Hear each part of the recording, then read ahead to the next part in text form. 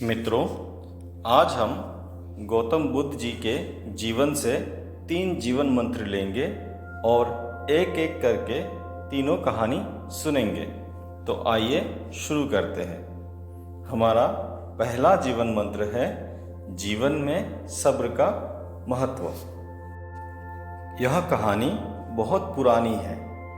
उस समय महात्मा गौतम बुद्ध पूरे भारतवर्ष में घूम घूम कर बौद्ध धर्म की शिक्षाओं का प्रसार कर रहे थे।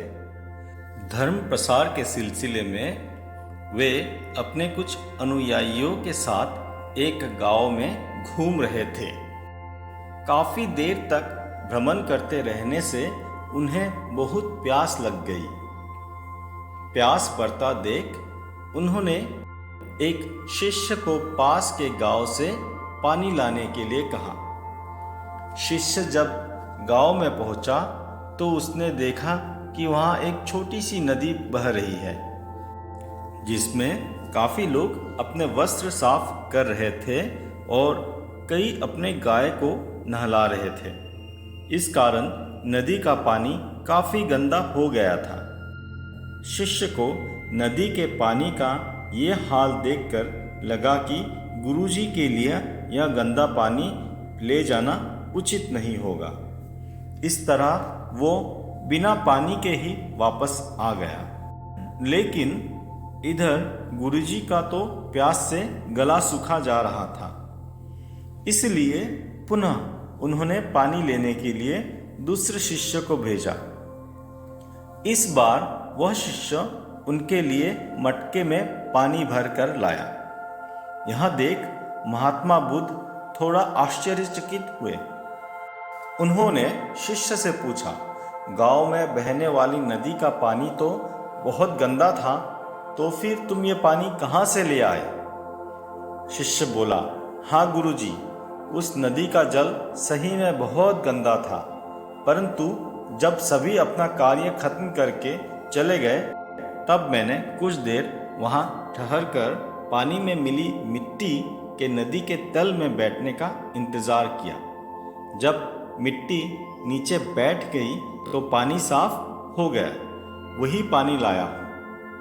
महात्मा बुद्ध शिष्य का यह उत्तर सुनकर बहुत खुश हुए तथा अन्य शिष्य को एक शिक्षा दी कि हमारा जीवन भी नदी के जल जैसा ही है। जीवन में अच्छे कर्म करते रहने से हमेशा शुद्ध बना रहता है, परंतु अनेकों बार जीवन में ऐसे भी क्षण आते हैं जब हमारा जीवन दुख और समस्याओं से घिर जाता है। ऐसी अवस्था में पानी समान ये जीवन भी गंदा लगने लगता है। मित्रों, इसीलिए हमें जीवन में दुख और बुराइयों को देखकर अपना साहस नहीं खोना चाहिए और धैर्य रखना चाहिए। गंदगी समान ये समस्याएं स्वयं ही धीरे धीरे खत्म हो जाएंगी। मित्रों, आज का हमारा दूसरा जीवन मंत्र है सुखद नींद के लिए चित्त का शांत होना। एक बार गौतम बुद्ध सिंसवा वन में पर्णशया पर विराजमान थे।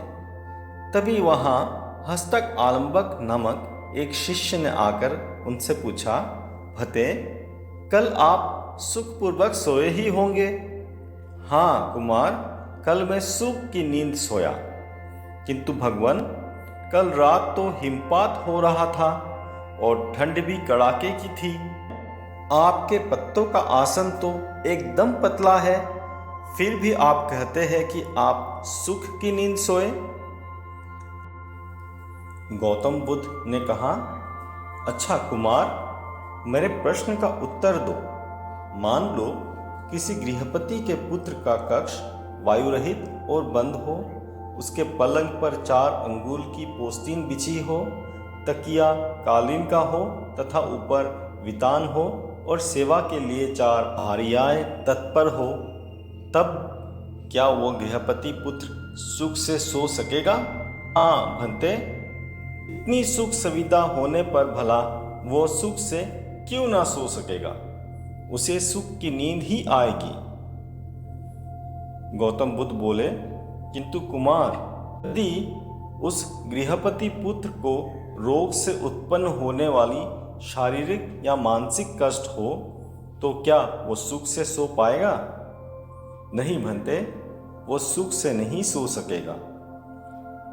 और यदि उस गृहपति पुत्र को द्वेष या मोह से उत्पन्न शारीरिक या मानसिक कष्ट हो तो क्या वो सुख से सो पाएगा? नहीं बनते, वो सुख से नहीं सो सकेगा।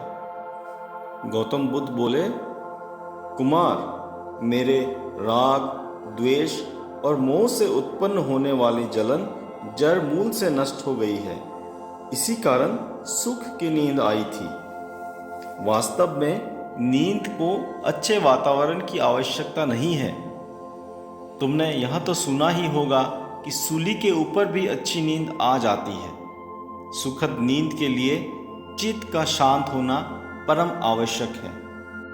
और यदि सुखद आस्तरण हो तब तो बात ही क्या, सुखद नींद के लिए यह निश्चय ही सहायक होगा। मित्रों, हमारा तीसरा जीवन मंत्र है, आलस्य को त्याग करने से आपके अंदर विवेक, कष्ट साध्य, श्रम और सतत जागरूकता जैसे गुण विकसित होते हैं। एक बार की बात है, गौतम बुद्ध का एक शिष्य उनका बहुत आदर सम्मान किया करता था। गौतम बुद्ध भी अपने इस शिष्य से बहुत स्नेह करते थे, लेकिन वह शिष्य अपने अध्ययन के प्रति आलसी और स्वभाव से दीर्घसूत्री था। सदा स्वाध्याय से दूर भागने के लिए कोशिश करता और आज का काम कल पर छोड़ने के लिए तैयार रहता।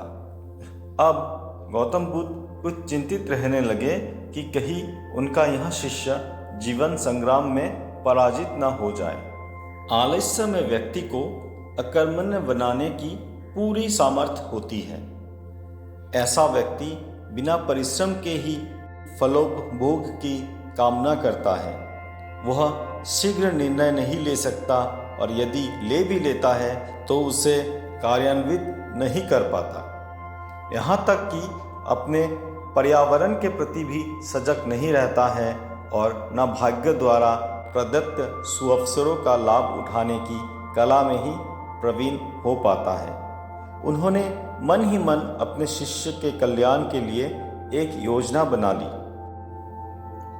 एक दिन एक काले पत्थर का एक टुकड़ा उसके हाथ में देते हुए गुरुजी ने कहा, मैं तुम्हें यह जादुई पत्थर का टुकड़ा 2 दिन के लिए देकर कहीं दूर गांव जा रहा हूँ। जिस भी लोहे की वस्तु को तुम इससे स्पर्श करोगे वह स्वर्ण में परिवर्तित हो जाएगी।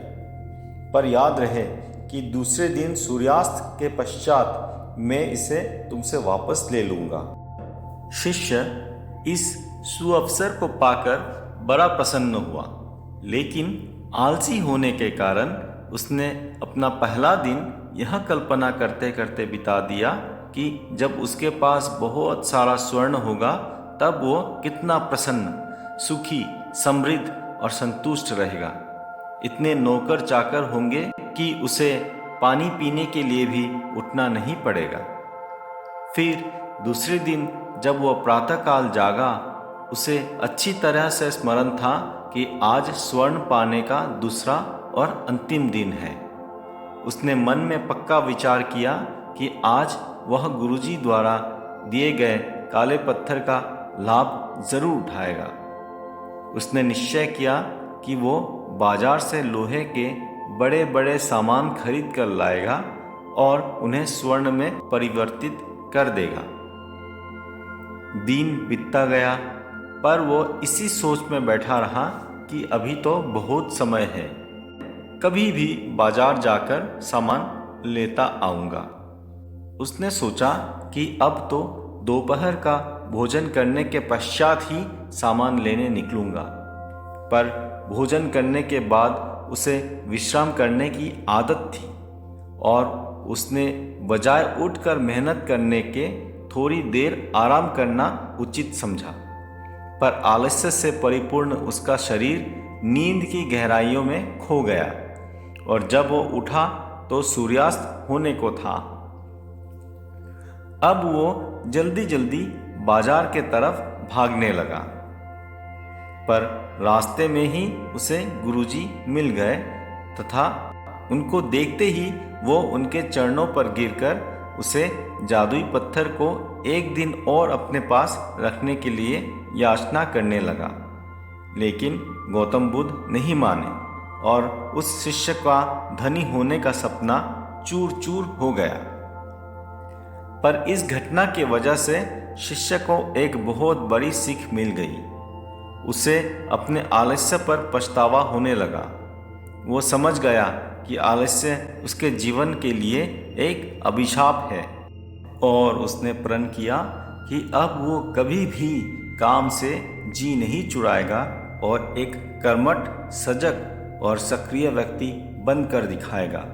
मित्रों, जीवन में हर किसी को एक से बढ़कर एक अवसर मिलते हैं, पर कई लोग उन्हें बस अपने आलस्य के कारण गंवा देते हैं। इसीलिए यदि आप सफल, सुखी, भाग्यशाली, धनी अथवा महान बनना चाहते हैं तो आलस्य और दीर्घ सूत्र को त्याग दीजिए। अपने अंदर विवेक, कष्ट साध्य, श्रम और सतत जागरूकता जैसे गुणों को विकसित कीजिए और जब कभी आपके मन में किसी आवश्यक काम को टालने का विचार आए तो स्वयं से प्रश्न कीजिए कि अभी ही क्यों ना मैं यह काम कर लूँ।